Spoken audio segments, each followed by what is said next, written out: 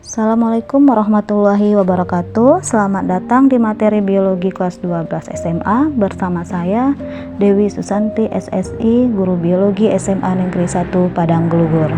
Kali ini kita akan membahas tentang materi genetik, di mana kompetensi dasar yang akan dicapai adalah menganalisis keterkaitan antara struktur dan fungsi gen, alel, DNA, kromosom dalam proses penurunan sifat pada makhluk hidup, serta menerapkan prinsip-prinsip penurunan sifat dalam kehidupan. Tujuan pembelajaran pada kali ini adalah mampu menjelaskan keterkaitan antara gen, alel, DNA, dan kromosom, serta mampu menjelaskan struktur dan fungsi kromosom. Perhatikan gambar di bawah. Sifat anak yang diturunkan dari orang tua dikenal dengan istilah hereditas. Dapat kita perhatikan bahwa dalam satu keluarga, anak mewarisi sebagian sifat seperti bentuk wajah yang berasal dari ayah dan ibunya. Proses ini melibatkan materi genetik yang dikenal dengan gen, alel, DNA, dan kromosom. Keterkaitan antara gen, alel, DNA, dan kromosom. Gen merupakan materi genetik yang mengendalikan sifat-sifat yang diturunkan. Gen terdiri dari bagian atau segmen DNA tertentu dan terdapat dalam kromosom. Sementara itu, kromosom terdapat di dalam nukleus dan nukleus terdapat di dalam sel-sel penyusun tubuh. Alel adalah pasangan gen yang terdapat pada kromatin homolog yang menunjukkan sifat alternatif sesamanya. Contoh sifat alternatif sesamanya adalah alel besar menentukan sifat biji bulat, sedangkan alel kecil menunjukkan sifat biji keriput. Pasangan gen ini dapat dibedakan menjadi 3, yaitu homozigot dominan, heterozigot, dan homozigot resesif. Ekspresi gen dominan akan menutupi ekspresi gen yang resesif. Ekspresi gen tersebut mempengaruhi sifat-sifat yang tampak atau yang dikenal dengan fenotip. Contoh, pasangan alel dominan dikenal dengan istilah homozigot dominan. B besar menampakkan sifat biji bulat, sedangkan B besar kecil menampakkan biji bulat, sementara B kecil menampakkan biji keriput.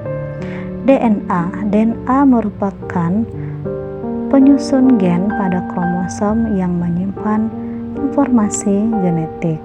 Kromosom yang terdapat dalam nukleus berupa benang-benang kromatin ketika sel tidak mengganda. Tetapi ketika sel sedang mengganda, benang-benang kromatin ini akan memendek dan memadat sehingga membentuk struktur yang disebut dengan kromosom.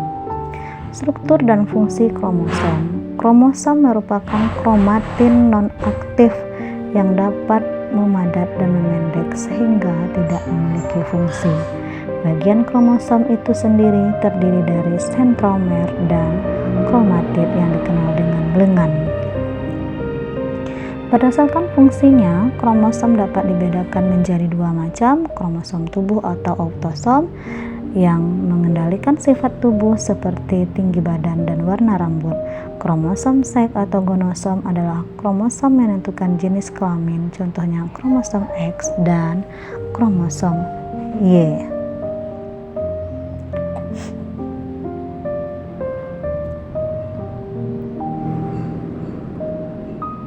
Jumlah kromosom pada sel tubuh manusia dengan jenis kelamin laki-laki yaitu 22 autosom ditambah gonosom X dan Y. Sementara itu pada sel tubuh wanita 22 autosom ditambah gonosom XX. Pada sel kelamin, nukleus terdiri dari kromosom yang tidak berpasangan atau haploid. Ovum mempunyai 22 autosom ditambah X, sedangkan spermatozoid mempunyai 22 autosom ditambah gonosom X atau Y. Jadi, sel kelamin manusia hanya terdiri dari setengah kromosom sel tubuh. Berikut adalah gambar kromosom pada manusia, autosom dan gonosomnya.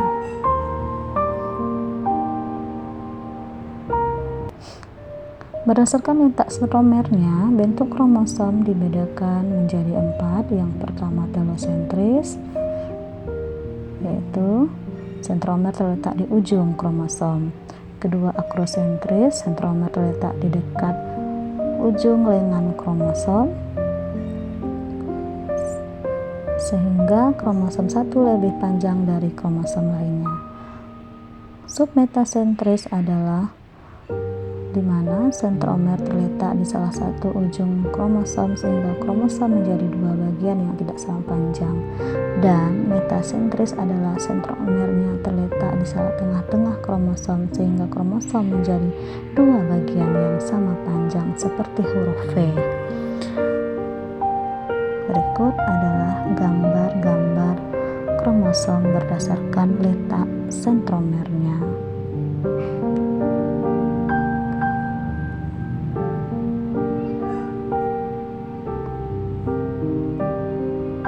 Demikianlah penjelasan materi hari ini. Terima kasih atas perhatiannya. Assalamualaikum warahmatullahi wabarakatuh.